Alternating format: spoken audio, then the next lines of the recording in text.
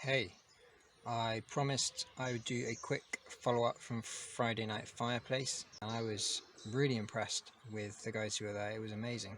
So what do we actually do with a prophetic word? I've got a few thoughts about how we can deal with those words. Once you've got a prophetic word from someone, question is, what do you do with it?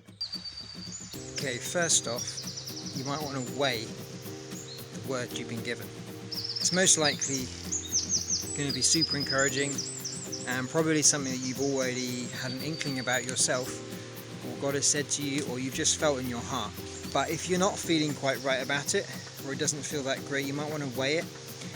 It's not going to, if it's from God, it's not going to contradict, it's not going to go against what the Bible says. It's not going to clash or jar inside your heart. It might challenge you, it might slightly scare you. It's going to go along the lines of what the Bible is calling us to, what Jesus is saying, but weigh the word. And then let it encourage you. It's supposed to just encourage you in the moment you hear it. But don't stop there, look after it. Steward the word you've been given. Write it down, draw it, make a record of it, record it. Look after that word, because it's not just money or practical things or talents God calls us to look after. It's what He's saying to us, maybe more than anything. That's what He's calling us to steward. Now you want to follow that word.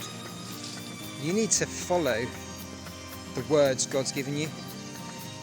It may not be relevant for all of them, but there may come a time where that thing that was said to you 2 weeks ago, 2 months ago, 2 years, maybe 2 decades ago, that you were looking after, that encouraged you at the time, but now you're like, wow, this actually is relevant in my life and it's going to affect the choices I make.